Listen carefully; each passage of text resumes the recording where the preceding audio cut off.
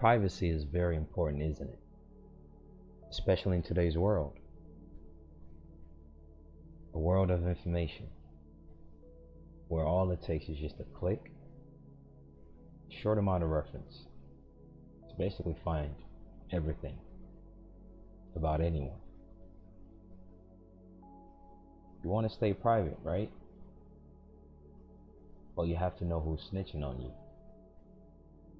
And even worse, privacy can never be obtainable where self-confession exists. No given goal or intent can be accomplished where one simultaneously does something that contradicts that goal and intent. As it pertains to service of process, when it comes to court cases and whatnot, any court case, any type, there are certain loopholes that allows address upon last known address to act as being sufficient when it comes to service of process if other criteria are met. And other things can be done with the clerk and newspaper publications. We'll go over that later. But the immediate thing that a lot of people ought to know about that's easier to comprehend without other foreknowledge or background knowledge, or more so based on what they themselves do every day, is this. And this is one of the ways that IRS finds people. This is one of the ways that child support agencies find people. This is one of the ways that debt collectors outside of IRS find people. This is one of the ways that LexisNexis system that all courts use, whether on a state, county, or federal level, or other administrative venues like the ones created by any bodies of administrative laws like child support and whatnot. This is one of the things that they use, and it's solely based on self-confession. Most people who administrative agencies come after are by default presumed to be debtors, aka taxpayers, until proven otherwise, either by liability or value. Simple as that. Except as provided in paragraph B2 of this section, meaning it's now qualifying what this first section is saying. A taxpayer's last known address is the address that appears in the taxpayer's most recently filed and properly processed federal tax returns. Did you know that your tax return and other organizations' tax return can be requested by anybody? Literally.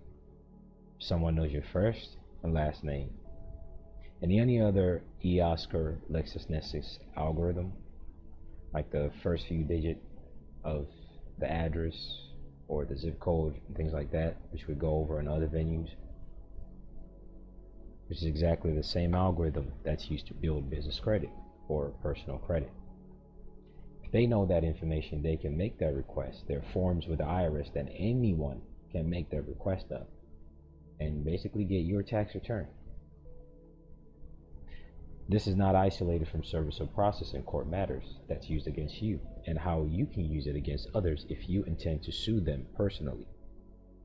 So think multifaceted now when it comes to privacy and how it's being used against you and how you can utilize it, because tortfeasors must always be sued personally and not merely in their official capacity based on responde superior. Responde superior doctrine is good, but it has its limits, and that is where personal liability steps in. We'll be going over that also. But nonetheless, the way they use this against you, you can also. So to those who say don't read their rules, it's fine. You don't read their rules. Because the thing about the so-called matrix that a lot of people go on about and make analogies of is it's always twofold. As it applies at one end, it applies with the other. That is the loophole of the quote matrix in and of itself. It is always an open template that can be used one way or the other.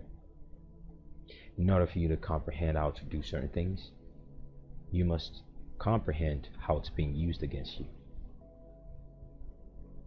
Except as provided in paragraph B2 of this section, a taxpayer's last known address is the address that appears on the taxpayer's most recent filed and properly processed federal tax return.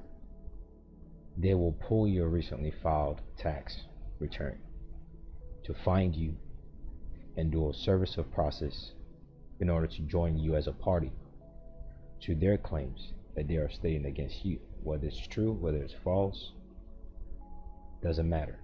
But they will join you one way or the other. And one of the ways that they will join you is by getting information of the federal tax return that was recently made. This is 2022. If your most recently filed tax return is 2001, they'll get that.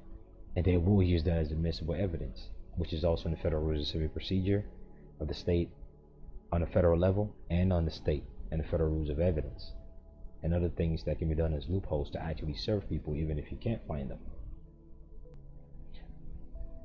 Unless Internal Revenue Service is given clear and concise notification of a different address, further information on what constitutes clear and concise notification of a different address and properly processed federal tax return can be found on Revenue Procedure 90-18, 1990, 1CV 491. Or in procedures subsequently prescribed by the Commissioner of the Treasury, aka the entity that Internal Revenue Service is doing accounting for. What did this other part just tell you? See, the first part tell you, based on someone snitching on themselves about their earnings, you can basically get that information that they've put down based on self-confession and use that as a means to find out where you can serve them in a process. And by the way, when they speak of service of process just means the operation of law or the legal things. Whatever the process might involve, just legal things of legal nature. It doesn't always have to be a suit. It can be someone setting up for a suit, which IRS always does with their letters. Even if the letter seems like it's gibberish, computer generated, doesn't make any sense, they are always setting up for a suit. Unless you know that you've deliberately invoked that letter from them to be used one way or the other. The automation of a business does not necessarily mean that the other party who has automated their business does not know what they're doing. In fact, they automated it because of a specific intent. So don't sleep in all these automated generated letters now, because that's the easiest way to get you. But nonetheless, the first part speaks about self-confession of how they could find you for service of process, contingent upon what's spoken on paragraph B2. The second part tells you that unless there is a notice that that previous address is null and cannot serve as a proper service of process, then we can do it. And what serves as a proper notice of a new address is based on our revenue procedures, which they give reference to. The revenue procedures which they give reference to. If you're trying to utilize the self-confession within tax returns as an evidence that can be admissible, that this is the last known address and that the party that's doing the service of process or bringing the claim has done reasonable due diligence to find a new one, and since they cannot find the new one just by reasonable due diligence, these are the terminology that's used, then the last known address is sufficient as service of process. B. Address obtained from third party, meaning now they can go to third parties to obtain your information to join you in claims so that they can keep making money. In general, except as provided in paragraph B2 of this section. So the first part and the second part is contingent upon exceptions. But nonetheless, in general, except as provided in paragraph B2 of this section, changes of address information that a taxpayer provides to a third party, such as a payer or another governmental agency. The full video is on the Patreon page. A shout out to my patrons, and thanks to everyone else who watches on YouTube. Take care. Best of luck in your journeys.